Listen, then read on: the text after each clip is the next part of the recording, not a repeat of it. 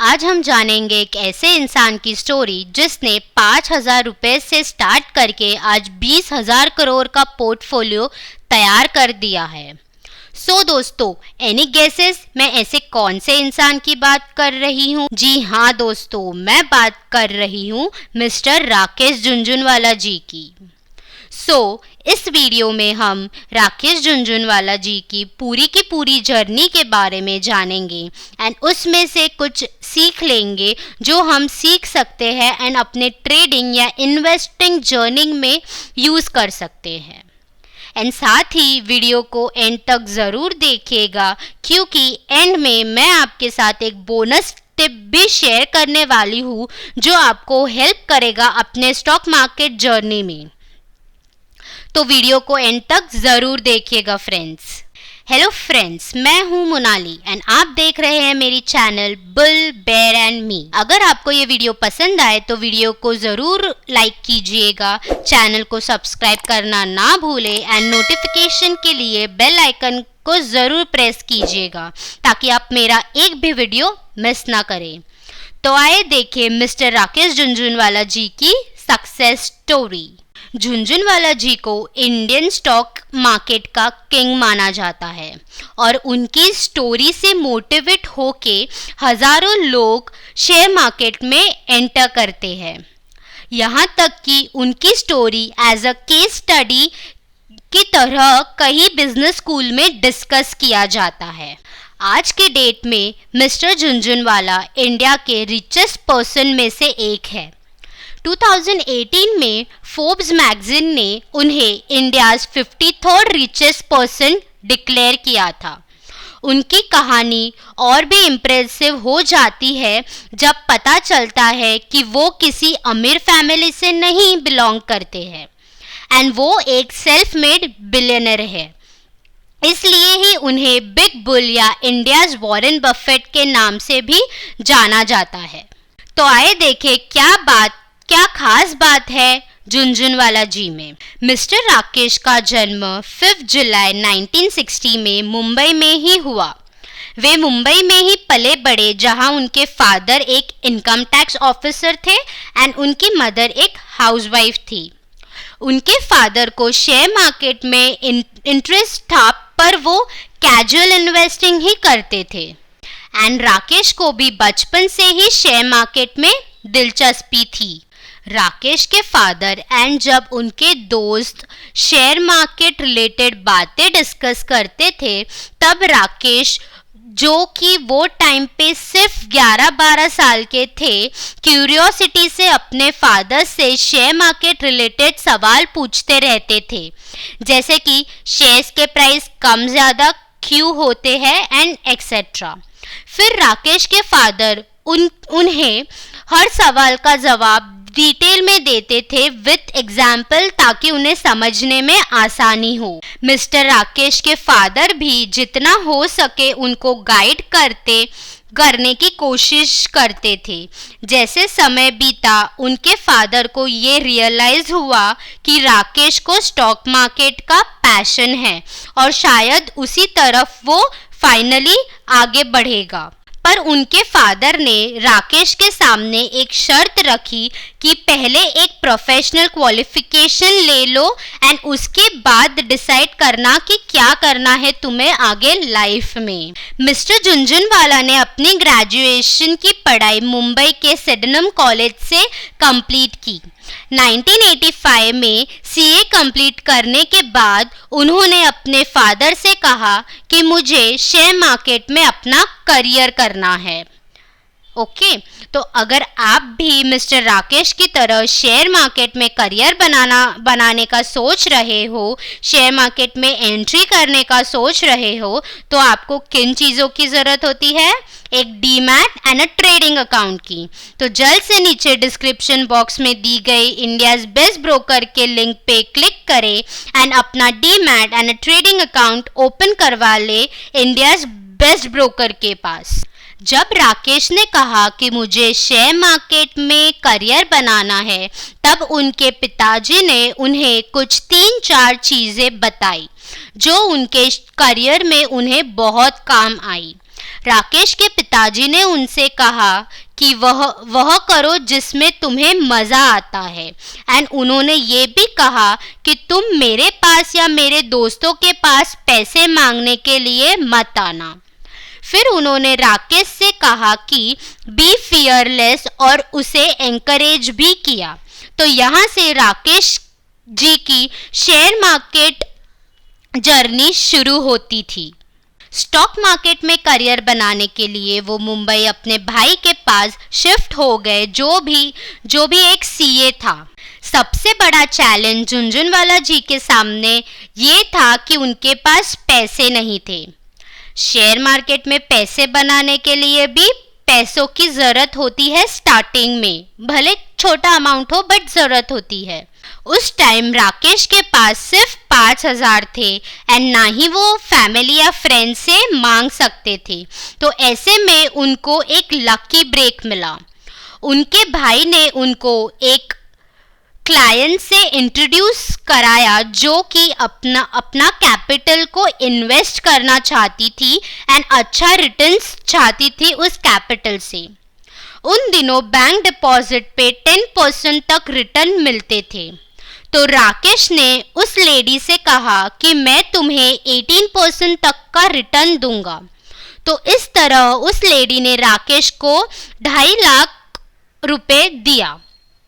उस लेडी के अलावा उसे एक और इंसान से 5 लाख रुपए मिले।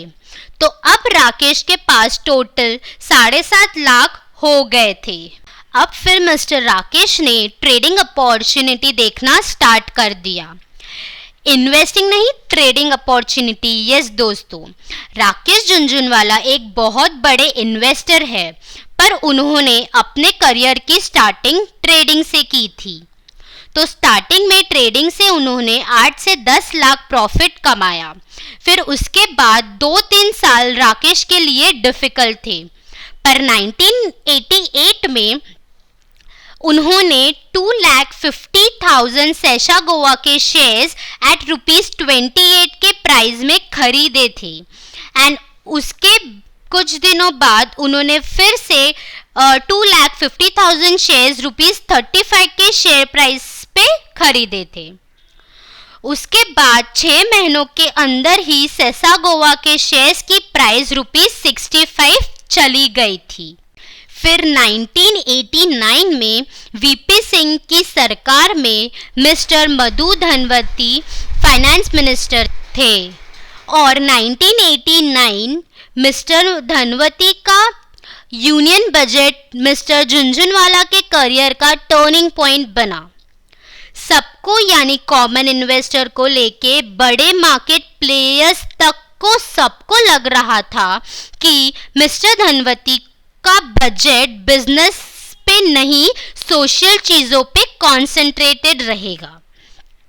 इसलिए मार्केट में फियर था एंड हर कोई मार्केट पे बेरिश था।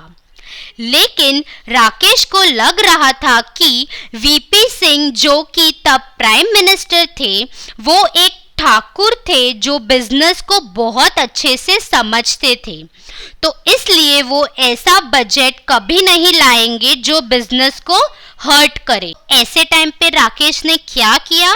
उस समय में जबकि सब के सब पेसिमिस्ट थे, तब राकेश जी ऑप्टिमिस्ट हुए और उन्होंने काफ़ी एग्रेसिवली बाय किया। और फिर जब बजट पेश हुआ फाइनली, तब वो सही में बिजनेस फ्रेंडली निकला एंड इसके वजह से स्टॉक मार्केट में इतनी तेजी आई कि कुछ ही महीनों में राकेश झुनझुनवाला जी का नेटवर्थ 20% बढ़ गया, यानी 2.5 करोड़ से 50 करोड़ हो गया। ये एक बात राकेश झुनझुनवाला की सोचने से बहुत इंटरेस्टिंग लगती है कि सिर्फ उनमें गुड ट्रेडिंग इंस्टिंक्ट नहीं, बट ऑल्सो वो गट्स है कि वो अपॉर्चुनिटी को हाथ से नहीं जाने देते। जब मिलती है तो उसमें पूरी फोर्स से जाते हैं। आगे बढ़ने से पहले हमें एक बात समझना ज़रूरी है कि राकेश जी ने इन्वेस्टिंग से नहीं, ट्रेडिंग से अपना इनिशियल कैपिटल बिल्ड किया और जब पैसे बन गए ट्रेडिंग से तो वो पैसा उन्होंने इन्वेस्टिंग की हेल्प से कई गुना और बड़ा किया। जब उनके पास एक अच्छा अमाउंट ऑफ कैपिटल गैदर हो गया तब उन्होंने खुद की एक फर्म स्टार्ट की जिसका नेम था रेयर एंटरप्राइजेस, जो कि उनकी एंड उनके वाइफ रेखा जी के फर्स्ट 2 इनिशियल्स को मिला के बनता है। अब यहाँ से फिर उनका फोकस ट्रेडिंग से इन्वेस्टिंग की तरफ चला गया। आने वाले इयर्स में उन्होंने कुछ ऐसे इन्वेस्टमेंट्स किए जिन्होंने उनको कई गुना पैसा बना के दिया, जैसे कि Titan, Lupin, CRISIL and Praj industries etcetera. And इसके अलावा और कई कंपनीज थी जिसमें उन्होंने इन्वेस्ट करके पैसे कमाए। ये उनके इन्वेस्टमेंट इतने ज़्यादा सक्सेसफुल हुए कि 2018 तक आते आते उनका पोर्टफोलियो 20,000 करोड़ का हो गया। एक और बात दोस्तों नोट करने की है कि उनकी सारी की सारी इन्वेस्टमेंट काम आई वैसे ही नहीं है। इनफैक्ट कहीं ऐसे इन्वेस्टमेंट भी थे जिन्होंने उन्हें लॉस करवाया। स्टॉक्स जैसे कि Mandana retail ventures limited, DHFL, Geojit finance, Dish TV etcetera. पर उनकी एक खास बात थी कि उनके पास बहुत सारा पेशेंस था। मिस्टर झुनझुनवाला जी ने इसलिए स्टॉक मार्केट इन्वेस्टिंग में अपना करियर नहीं बनाया था क्योंकि उनको पॉपुलर होना था या वेल्थ क्रिएटर बनना था, पर इसलिए बनाया क्योंकि वो स्टॉक मार्केट को लेके बहुत पैशनेट है एंड उसे वो एंजॉय करते हैं। मिस्टर राकेश झुनझुनवाला अब एक मूवी प्रोड्यूसर भी है। उन्होंने इंग्लिश विंग्लिश, शमिता की एंड का ये मूवीज प्रोड्यूस की है। वो आज बहुत सारे कंपनीज के बोर्ड ऑफ डायरेक्टर्स में भी शामिल है। तो ये थी दोस्तों मिस्टर राकेश झुनझुनवाला जी की सक्सेस स्टोरी। सो अब टाइम है बोनस टिप का, बट उसके पहले अगर आप चाहते हो कि स्टॉक मार्केट के रेगुलर न्यूज़ एंड अपडेट्स आपको मिलते रहे तो आप मेरे टेलीग्राम चैनल को भी ज्वाइन कर सकते हो, जिसकी लिंक नीचे डिस्क्रिप्शन सेक्शन में दी गई है। तो जल्द से लिंक पे क्लिक करें एंड टेलीग्राम चैनल पे ऐड हो जाए। तो friends, time for the bonus tip. Shares को चूज करने के टाइम, इन्वेस्ट करने के टाइम हमें इन 5 बातों को ध्यान देना चाहिए। First, patience. Second, management. Third, governance. Fourth, price and fifth, technology. तो ज़रूर इन बातों को ध्यान रखिएगा एंड फिर अपना stock and investing career start कीजिएगा। अगर आपको वीडियो पसंद आया हो तो लाइक ज़रूर कीजिएगा एंड चैनल को सब्सक्राइब करना ना भूलें जो पहली बार मेरे चैनल पे वीडियो देख रहे हैं। सो दोस्तों, मिलते हैं अपने नेक्स्ट वीडियो में। तब तक के लिए stay home, stay safe. Thank you.